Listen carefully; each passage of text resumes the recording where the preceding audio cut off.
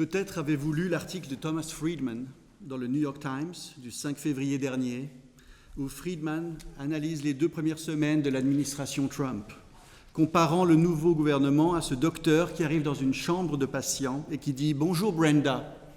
La patiente répond « Non, je m'appelle Carol ». Il enchaîne en demandant quelle jambe va être amputée et elle rétorque « Vous voulez dire bras, n'est-ce pas ?» Le docteur répond « Tout est lié, it's all connected ». Ce jour-là, en lisant le New York Times, j'ai pensé à l'ecclésiologie de Charles Journet et au colloque qui nous réunit ces jours. It's all connected. La théologie, comme d'autres disciplines, parle beaucoup de relationnalité depuis quelques décennies. On remarque cela un peu partout dans la littérature théologique contemporaine. La substance, c'est désuet, c'est périmé. Par contre, la relation, voilà quelque chose d'important et qui a de l'avenir. Et on s'imagine dans certains cas qu'il y a eu des penseurs, notamment au Moyen-Âge, qui se sont intéressés à la substance indépendamment de la relation et de l'acte. Il est bien clair qu'en s'imaginant ce type de choses, on risque fort de se créer un adversaire imaginaire. Ou alors on a affaire à des penseurs du passé qui n'avaient peut-être pas un niveau théologique et philosophique très élevé. Surtout avec ce type de raccourci, on risque de ne pas poser la question intéressante qui est celle du type de relation dont on parle. Il est tout à fait insuffisant de simplement déclarer que telle ou telle réalité est relationnelle, sans se poser la question de la qualité de la relation, de sa dimension symétrique ou asymétrique, hiérarchique ou non, et dans quel sens, réversible ou non, etc. Pour terminer l'anecdote, ayant appris que tout est relié, la patiente en question est absolument terrifiée et demande au médecin s'il est un orthopédiste. Question à laquelle il répond par ces mots, en fait, je suis Sagittaire. Actually, I'm a Sagittarius. Bon, j'ai terminé l'entrée en matière un peu américaine de mon intervention et je vous mets en garde d'ores et déjà que la suite sera un peu moins drôle et plus aride. Mon propos dans ce qui suit tourne autour de la conception de l'Église et de son chef, Jésus-Christ, comme objet de débat entre catholiques et protestants réformés. Il me semble en effet qu'un désaccord à la fois profond et éclairant peut être décelé entre les positions catholiques et protestantes sur ce thème.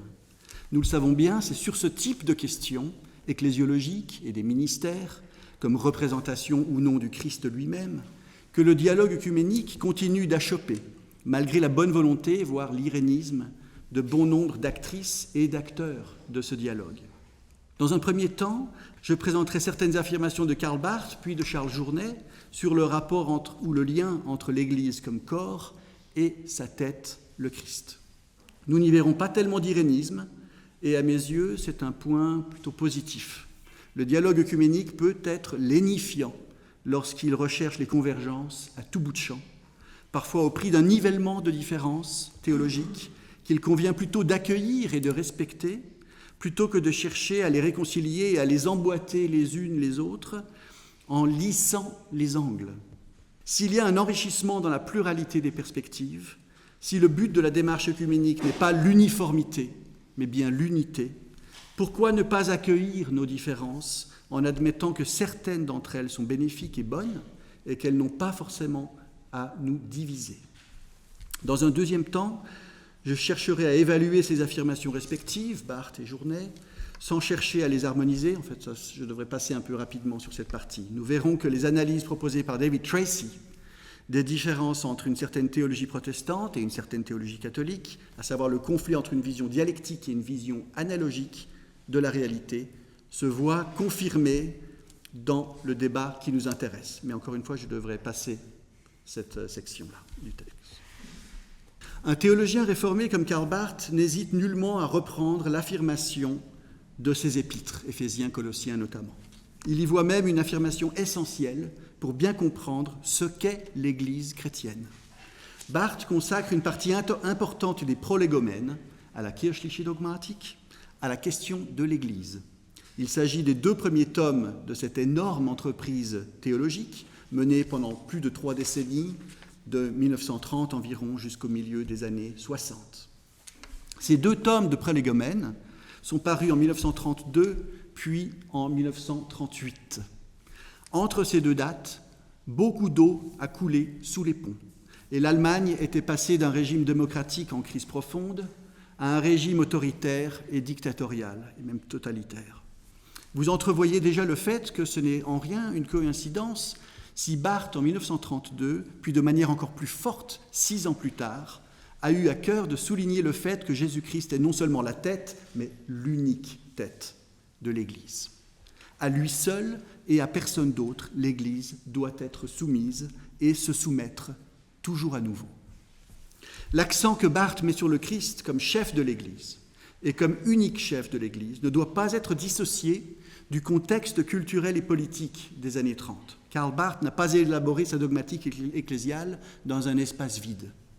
Nous retrouvons dans la seconde partie de ses prolégomènes les accents de la déclaration de Barmen de mai 1934, par exemple lorsqu'il s'exprime sur la liberté de l'être humain pour Dieu et sa révélation. Il écrit « Cette liberté existe dès l'instant où la parole de Dieu, où Jésus-Christ s'impose irrésistiblement à l'être humain comme son maître. » Nous pourrions tout aussi bien remplacer ce dernier mot par les termes de régent, chef ou seigneur.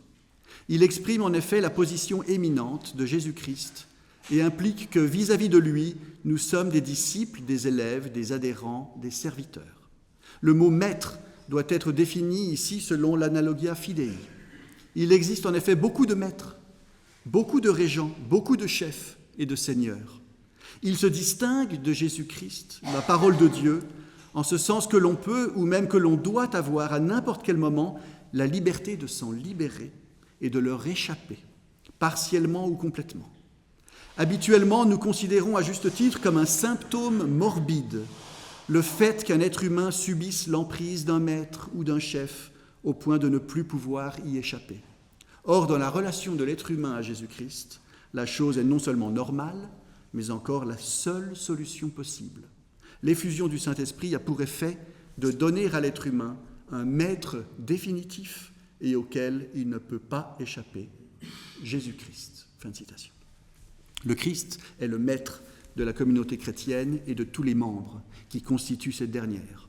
Alors que la soumission complète vis-à-vis de qui que ce soit est généralement une chose qui nous inquiète et qui nous répulse, il est bel et bien question d'une soumission dans la relation des communautés chrétiennes et de tous les chrétiens vis-à-vis de leur Seigneur et Maître. Lui seul possède la position éminente. Ce message théologique a son sens sur le plan théologique, mais les implications politiques de telles affirmations n'auront échappé à personne lors de leurs énonciations, dans le cadre des cours de dogmatique que Barth prodiguait à l'université de Bonn jusqu'à son expulsion à l'été 1935, puis à l'université de Bâle, après avoir été démis de ses fonctions professorales par le gouvernement nazi, suite à son refus de prêter le serment d'allégeance inconditionnel au Führer. C'est précisément parce que Jésus-Christ est la tête de l'Église, sa seule tête, que Barth avait refusé en novembre 1934 de prêter serment au Führer et qu'il avait proposé une reformulation du serment avec l'ajout, qui fut évidemment refusé, des mots suivants, dans la mesure où je puis l'assumer en tant que chrétien protestant. Ça ne passait pas la rampe, évidemment, un ajout comme ça. L'affirmation et la confession du Christ comme tête de l'Église a une portée politique évidente, qui mérite d'être gardée à l'esprit. Avoir le Christ comme maître, et même comme maître ultime, signifie une libération par rapport aux prétentions de certains autres maîtres potentiels qui cherchent peu ou prou à nous assujettir. Les autres autorités qui ne sont pas des autorités dernières, écrit Barth, n'ont pas le pouvoir de nous dominer entièrement. Nous sommes et restons finalement libres à leur endroit, ne serait-ce que par nos pensées, même subconscientes. L'effusion du Saint-Esprit signifie au contraire que l'être humain se tient entièrement sous l'autorité de la parole de Dieu, sans y être pour rien. Fin de citation. En lien avec ces affirmations, Barth évoque 2 Corinthiens 10, 5, où l'apôtre Paul dit vouloir, je cite, « amener toute pensée captive à l'obéissance du Christ ». Fin de citation. Le Christ est le chef céleste de l'Église. Les membres de l'Église, qui sont son corps terrestre, ne sont pas Jésus-Christ lui-même, mais les membres terrestres du corps dont il est la tête. Comme dans l'Épître aux Éphésiens, le thème de la tête vient sous-tendre l'idée d'une soumission, Unterwerfung. Même si elle est organiquement reliée au corps, la tête dirige et gouverne ce dernier. C'est elle, la tête, qui a en quelque sorte le corps à sa disposition, jamais l'inverse. Même si, dans le cas des patriarches et des prophètes d'Israël, ante Christum, ils ont été membres du corps avant que le Christ n'apparaisse dans l'histoire en prenant chair humaine. Ici, Barth cite saint Augustin, chez les patriarches, je cite, chez les patriarches et les prophètes, une partie du corps du Christ ou de l'Église a, pour ainsi dire, précédé sa tête. De même qu'il arrive au cours d'une naissance que la main de l'enfant apparaît la première. Chacun connaît la célèbre petite phrase, famous, infamous, petite phrase de Barth sur l'analogia entis comme invention de l'Antéchrist, dans la préface au premier tome de la dogmatique en 1932. Mais en fait, ce sont les 2 tomes des Prolégomènes qui représentent une critique extrêmement forte, non seulement du catholicisme romain, mais aussi de ce qu'il appelle le néo-protestantisme, c'est-à-dire le protestantisme libéral moderne dont il sera question cet après-midi avec le frère Bernard. Barth s'en prend à la dévotion mariale et plus largement à la théologie catholique romaine de la grâce. Et il n'y va pas avec des pincettes. Dans le second tome paru en 1938, je cite, « Du point de vue évangélique, protestant, la proposition de foi qu'il faut affirmer et maintenir en face du dogme marial est très exactement celle qu'il faut affirmer et maintenir en face de la doctrine catholique romaine de la grâce et de l'Église. Jésus-Christ, la parole de Dieu, existe, agit et règne à l'intérieur du monde créé, aussi souverainement que de toute éternité auprès de son Père.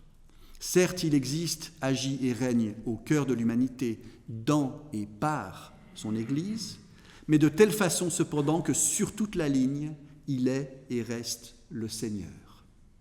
Que l'être humain, aussi bien que l'Église, doivent lui rendre honneur, à lui seul, sans jamais, même indirectement, lui dérober cet honneur, et qu'ainsi aucune réciprocité, aucun échange, aucune transmission de pouvoir ne saurait être envisagée, fût-ce avec les plus précautionneuses réserves. » Fin de citation. On le voit, l'image du corps et de sa tête ne supprime nullement le fait que l'Église se trouve sous et même en quelque sorte face à son Seigneur. Le Christ est à la fois la tête et le vis-à-vis de la communauté qui est son corps. C'est là une manière de garantir la prééminence du Christ sur la communauté ecclésiale, une prééminence à laquelle Jean Calvin tenait déjà fermement. Je cite Calvin, « Il faut que l'Église se bâtisse tellement que Jésus-Christ, notre chef, ait toujours la prééminence. Car si on voulait tellement exalter les hommes que Jésus-Christ fût obscurci au milieu, voilà un bâtiment épouvantable et qui n'emporte que ruine et confusion. » Fin de citation. Tout cela exprime le solus Christus qui fait partie des grandes affirmations de la théologie protestante dès ses débuts au XVIe siècle. Le Christ ne délègue pas sa souveraineté. C'est lui et lui seul qui, tout en usant d'instruments humains et autres, gouverne son Église. Je cite, « Quels que soient les moyens, et je cite Barth, quels que soient les moyens dont Dieu se sert pour parler à l'être humain et pour agir sur lui, il reste sans cesse parlant et agissant. » Autrement dit, les instruments que Dieu choisit pour se révéler ne signifient jamais qu'il se retire de la scène pour transmettre son pouvoir à quelque créature que ce soit, écrit Barth. On voit déjà à quel point ces assertions détonnent par rapport à bon nombre de positions du catholicisme romain. Plus loin dans ses prolégomènes, Barth cite un passage tiré d'un discours du théologien catholique néoscolastique Ernst Kommer.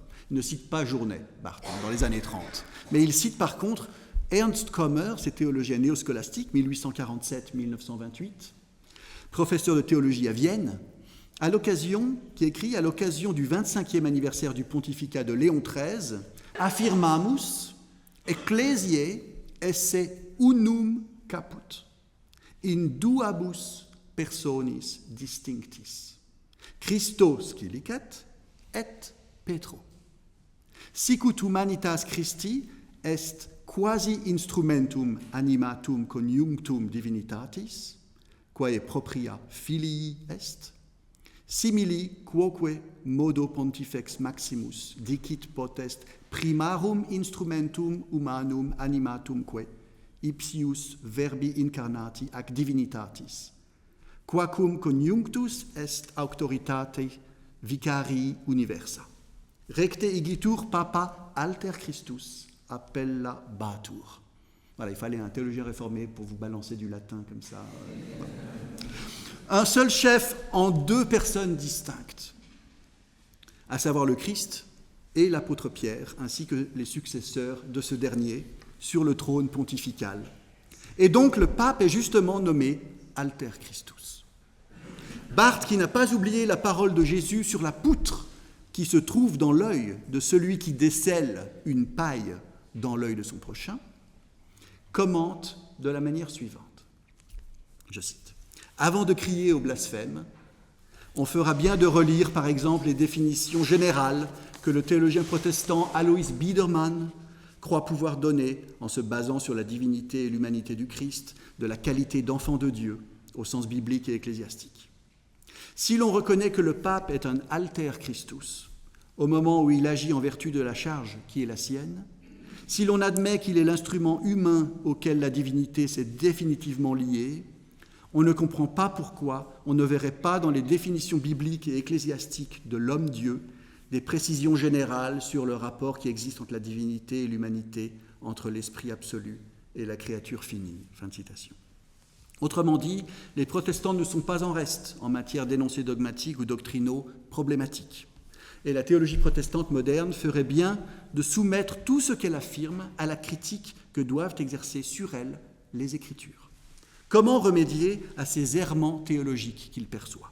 Barth poursuit, je cite. « Il n'existe qu'un seul point de vue à partir duquel il serait possible de montrer la fausseté de ces identifications et de les rejeter l'une et l'autre. Le point de vue à partir duquel Jésus-Christ, dans son incomparable majesté, pourrait être reconnu comme l'unique Seigneur de l'être humain.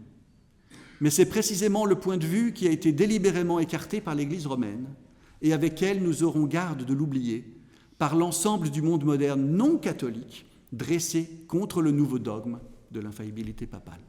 Car l'Église romaine se présente beaucoup plus puissamment que ne peut le faire son partenaire, comme un paganisme massivement teinté de christianisme et comme un antichristianisme nettement déclaré. Elle apparaît en toute clarté comme une perversion de la vérité et elle participe ainsi plus directement à la vitalité de la parole de Dieu elle-même qu'elle a falsifiée.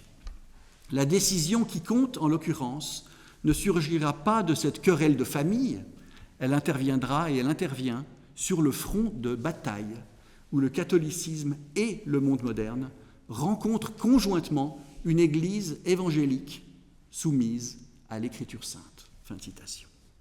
L'accusation est grave.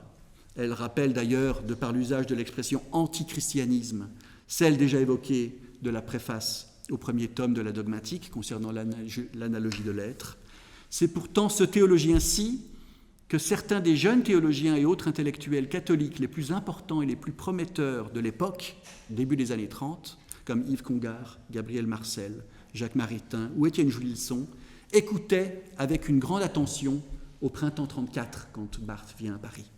Ils avaient l'impression, fondée il me semble, c'était déjà l'impression d'Erich Pschivara au début des années 1920, à la lecture du Römerbrief, d'avoir face à eux un authentique théologien protestant. On voit donc comment Barth, dans sa manière d'interpréter le rapport entre le Christ comme tête de l'Église et son corps qu'est l'Église, maintient une distance critique entre la tête et le corps. Barth déploie le langage du corps de telle manière qu'il qualifie soigneusement, certains diront il minimise, le rôle de la communauté ecclésiale en tant que médiation de la présence du Christ. S'il y a médiation de la présence du Christ, ce n'est pas le fait de la communauté ecclésiale, mais bien le fait de Dieu qui se sert de cette communauté pour se communiquer à sa création. On remarque ici l'accent si fort chez Barth sur la souveraineté du Christ vis-à-vis de toute réalité créée, y compris vis-à-vis de la communauté ecclésiale. Le rappel du finitum non capax infiniti, réformé, il convient de le souligner, n'est que le versant négatif de l'affirmation bien plus importante et positive, elle, de infinitum capax finiti. Mais ce rappel conduit Barth à marquer de manière radicale l'asymétrie et la différence entre le Christ et son corps qu'est l'Église, avec le risque d'une sorte de dichotomie entre le Christ et le corps. Je ne suis toutefois pas certain que Barth soit tombé dans cet écueil, ça se discute. Le corps est organiquement connecté à la tête, mais c'est bien la tête qui soumet le corps et non l'inverse. Il y a une irréversibilité foncière dans cette relation. Mais il y a bel et bien relation. Le corps se tient à la fois sous et face à la tête. Comment, de son côté, Charles Journet a-t-il thématisé la notion de Christ, tête de l'Église ? Je n'ai pas tout lu, l'œuvre de Journet, mais voici quelques éléments que j'ai glanés. Dans son œuvre, c'est en particulier les chapitres 2 et 7 du deuxième tome de l'Église du Verbe incarné qui retiennent mon attention. Cet ouvrage est d'abord paru en 1952, si je vois bien. Le premier tome avait été publié en 1943. Et donc dans un contexte historique très différent des années 30, car entre-temps, l'un des deux totalitarismes avait mis l'Europe et le monde entier à feu et à sang avant de sombrer. Ces chapitres portent en effet respectivement sur les rapports de l'Église et de sa tête, le Christ, puis sur l'étude du corps de l'Église. Dès la première page du premier chapitre du tome 2, Journet mentionne explicitement le Christ en tant que tête de l'Église. La première partie de ce tome 2 est intitulée « La structure interne de l'Église, le Christ, la Vierge, l'Esprit Saint ». Une formulation triadique qui surprendra passablement des lecteurs protestants. On y trouve une série d'affirmations qui vont dans un sens similaire à ce que Barth affirme dans ses prolégomènes. Journet soutient, par exemple, que l'unité mystique de l'Église et son devenir pleinement une, una, dépend du tout au tout de la direction prophétique, je cite maintenant, la direction prophétique unique sub uno. Fin de citation. Et je cite à nouveau, en l'instruisant du dehors pour lui proposer les voies où il lui demande de s'engager amoureusement, en la soumettant ainsi à une direction, sub uno, il la rend une dans la ligne prophétique de la vérité. Voilà l'unité d'orientation. Fin de citation. On remarque dans ces deux citations une sorte de concentration christologique ainsi qu'une notion de soumission, sub, qui paraissent proches des thèses ecclésiologiques de Barth. De la même manière, l'expression du dehors, en l'instruisant du dehors, n'est pas sans rappeler le modèle proposé par Barth de rapport entre la tête et le corps. Ce n'est pas un hasard si cet accord apparaît alors que Journet souligne ce qu'il désigne comme la ligne prophétique de la vérité. Tout au long de son existence, dès la Première Guerre mondiale et jusqu'à sa mort en 1968, Barth a en effet martelé cette ligne prophétique à temps et à contre-temps. De la même manière, Journet souligne la dimension de service, à l'opposé de celle de maîtrise, lorsqu'il parle de l'existence des membres de l'Église. Il écrit « Plus ils sont saints, plus ils sentent qu'ils sont dans l'Église comme des disciples, non comme des maîtres. » Fin de citation. Peu de protestants trouveraient à redire à cette affirmation, qui est belle et évangélique, une affirmation que le pape François a incarnée de manière forte durant son mandat papal. Journet semble avoir une vive conscience à la fois de ce qu'il appelle l'homogénéité du Christ, tête de l'Église avec son corps, qu'est l'Église, et en même temps de ce qu'il nomme la dénivellation infranchissable qui existe entre le Christ et l'Église, à savoir le fait que le Christ est saint différemment que l'Église est sainte. Il écrit ceci, « La sainteté du Christ est unique ». Journet entame une première analyse succincte du Christ comme tête de l'Église lorsqu'il passe en revue les différents noms de l'Église. Il mentionne plusieurs passages néo-testamentaires. Il revient à la thématique du Christ, tête de l'Église, plus loin dans le deuxième tome de son triptyque, et à nouveau dans le chapitre subséquent, chapitre 2, le Christ, tête de l'Église. Il y écrit ces mots. « L'Église faite à la ressemblance du Christ, de chair et d'esprit, de visibilité et de spiritualité, est toute dépendante de son divin modèle. » Fin de citation. Le Christ est la tête de l'Église. L'apôtre Pierre, lui, est présenté dans le Nouveau Testament comme une colonne à côté d'autres, Galates 2,9, ou en jouant sur le sens de son prénom comme la pierre, et donc en quelque sorte par le bas. L'une des forces de l'ecclésiologie de Journet consiste à ne pas reléguer le royaume de Dieu dans une transcendance, un au-delà, on l'a entendu hier déjà, et à l'inverse, à ne pas réduire, comme cela arrive parfois au sein de la théologie protestante libérale, à ne pas réduire l'Église à un simple ici-bas, à une donnée purement immanente ou sociologique. Sa vision de l'Église, lorsqu'elle se caractérise par la pondération, n'est pas éloignée de l'ecclésiologie protestante, d'une certaine ecclésiologie protestante, et on décèle alors certains accents qui seront placés au premier plan dans la constitution dogmatique Dei Verbum, comme par exemple la dimension pérégrinale de l'Église. Selon Journet, il ne faut pas, je cite, voiler la phase pérégrinale de l'Église ou du royaume en la couvrant des rayons de la gloire d'en haut. On tendrait ainsi à identifier l'Église présente et le royaume futur, à résorber l'Église militante dans l'Église triomphante, c'est-à-dire à ne plus distinguer assez fortement l'état provisoire de l'Église de son état définitif. On paraîtrait oublier quelque peu que l'Église de la croix doit précéder l'Église de la gloire. Fin de citation.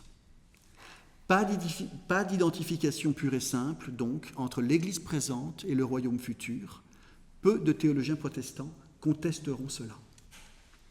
Il en ira autrement de ce qu'affirme Journet à propos de l'Église en lien avec l'incarnation. Journet paraît faire sienne, on l'a encore entendu aujourd'hui, les affirmations bien connues sur l'Église comme prolongation ou élongation du temps de l'incarnation. Je cite, « L'Église n'est autre chose, pour ainsi parler, qu'un épanchement, un débordement, une extravasion du mystère de l'incarnation, ou, si l'on veut, et en sens inverse, qu'un regroupement, une récapitulation, une refonte de l'univers, créé à nouveau, au fur et à mesure qu'il entre en contact avec le Verbe fait chair. » Fin de citation. Et encore une autre citation. « Elle représente ainsi un vaste organisme plongé dans l'exil de la terre, mais recevant une vie puissante et mystérieuse de sa tête qui est dans le ciel. Elle est une divine expansion du Christ dans l'espace et dans le temps. » Fin de citation. Une ecclésiologie protestante et réformée peut s'associer à l'affirmation de la dépendance du corps par rapport à la tête, qui lui donne toujours à nouveau la vie, mais un désaccord pointera probablement lorsque Journet parle de divine expansion. L'ecclésiologie protestante réformée souligne fortement le caractère humain de l'Église en tant que communauté dans l'histoire. C'est peu dire qu'elle se méfie de toute divinisation de l'Église. L'Église, dans cette conception protestante, n'est pas le Verbe incarné. Elle n'en est pas non plus le prolongement, même si elle est son corps. Elle est la communauté de celles et ceux qui ont été appelés par Dieu à communier, à participer au Christ, et qui ne cessent jamais d'être des pécheurs justifiés. Leur participation et leur communion au Christ ne fait pas de l'Église une réalité divine, mais plutôt un témoignage rendu à Dieu et au Christ, tête de l'Église. L'appel est bel et bien divin, mais la communauté que cet appel suscite et que l'Esprit maintient et vivifie est une communauté humaine. Vivre dans la force de l'Esprit, pour parler comme Moltmann, ne signifie pas que nous devenons nous-mêmes l'Esprit. La distinction entre le Créateur et la créature n'est jamais levée en théologie réformée. Dieu n'a pas pris chair afin que nous soyons divinisés. Dieu a pris chair afin que nous devenions enfants de Dieu. Et il est vrai, afin que nous commencions à aimer comme Dieu aime. Dans le chapitre 7 de la deuxième partie de son grand ouvrage, Journet examine le thème du corps de l'Église. Il s'agit avec ce seul chapitre d'une vaste enquête qui se déploie sur plus de 400 pages. Déjà au chapitre précédent, le chapitre 6, Journet entamait une étude de ce qu'il appelle l'âme créée de l'Église, en évoquant ce qu'il appelle la grâce capitale du Christ, gratia capitis, gratia capitalis, en se référant notamment à la tertia pars de la Somme. Question 8. Journet en vient à identifier la grâce capitale du Christ à l'âme de l'Église. Et il décline cette grâce sous 3 aspects, à savoir le sacerdoce du Christ, sa sainteté et sa royauté prophétique. On peut y voir un aspect de la démarche spéculative mise en œuvre par Journet, qui déploie des thématiques relativement étrangères au texte néo-testamentaire, voire aussi à la tradition ecclésiale, même si le père Alphonse Gratry et quelques autres avaient évoqué dans leurs écrits la notion d'une âme de l'Église, Scheben. C'est d'ailleurs une lacune, je pense, de notre colloque, de ne pas explorer cette notion de l'âme de l'Église. Nul doute que Barth n'aurait pas vu d'un très bon œil ce type de développement en ecclésiologie. C'est sans doute en lien avec la royauté et la prophétie du Christ, deux aspects que Journet considère conjointement, que la proximité est la plus grande vis-à-vis de Karl Barth. Il appartient au Christ, écrit Journet, il appartient au Christ de renseigner, d'instruire, d'avertir tout le corps de l'Église, d'en régir et gouverner avec autorité les démarches, par manière de proposition extérieure. De nouveau cette expression. Fin de citation. Nous trouvons donc dans les réflexions de Journet sur le Christ, tête du corps qu'est l'Église, divers éléments avec lesquels une ecclésiologie protestante réformée peut consonner, à côté d'autres éléments qui susciteront une hésitation, voire un refus de la part de protestants. Je saute ma petite partie sur David Tracy. En fait, je trouve une confirmation dans ce débat sur la tête et le corps de certaines des intuitions de David Tracy dans son livre The Analogical Imagination. Je conclus. Le Christ est à la fois tête et corps. Le totus Christus est son corps animé par l'Esprit divin, corps transfiguré, corps crucifié et ressuscité et corps ecclésial. Le Christ ne veut pas être sans ses disciples, tous ses disciples. Mais en quel sens et selon quelle relation entre le Christ comme tête et le Christ comme corps? L'image de la tête et du corps peut donner lieu à des interprétations très variées qui, dans certains cas, minimisent tout lien organique en vue d'éviter toute autodéification de la communauté ecclésiale qui se prendrait purement et simplement pour le Christ lui-même, et dans d'autres cas qui associent très étroitement la communauté ecclésiale et la tête qu'est le Christ. Plutôt que de minimiser le lien entre la tête et le corps, ou l'identification du corps avec la tête, il paraît opportun de tenir ensemble à la fois l'inséparabilité du corps vis-à-vis de la tête et la distinction entre la tête et le corps. Autrement dit, et de manière peu surprenante, sans confusion ni séparation, mais aussi en maintenant l'asymétrie qui n'est jamais levée entre la tête et le corps. L'Église a beau être le corps du Christ, elle a beau être le Christ existant en tant que communauté, pour parler comme Bonhoeffer dans Sanctorum Communio, tous les membres humains de l'Église, considérés pour eux-mêmes, mais aussi collectivement, sont des êtres faillibles, pécheurs, nullement divins. L'image de la tête et du corps ne peut et ne doit pas nous empêcher de penser à un rapport entre le Christ ressuscité et son corps qui soit un rapport de vis-à-vis, de Gegenüber. Le Christ qui s'adresse à ses fidèles, réunis dans la communauté ecclésiale, est une réalité distincte de la communauté ecclésiale qui se parle à elle-même. On le voit bien, il y a une altérité à respecter entre la tête et le corps. Alors que tous les actes de Jésus de Nazareth sont des actes du Logos divin incarné, on ne peut pas en dire autant des actes de l'Église, loin s'en faut. C'est donc en articulant ensemble la tête et le corps, sans jamais les confondre, qu'une ecclésiologie non seulement catholique romaine ou protestante réformée, mais chrétienne, cherchera à être conforme aux données scripturaires ainsi qu'à la tradition théologique, lue en conjonction avec et à partir de ce données scripturaire. Merci de votre attention.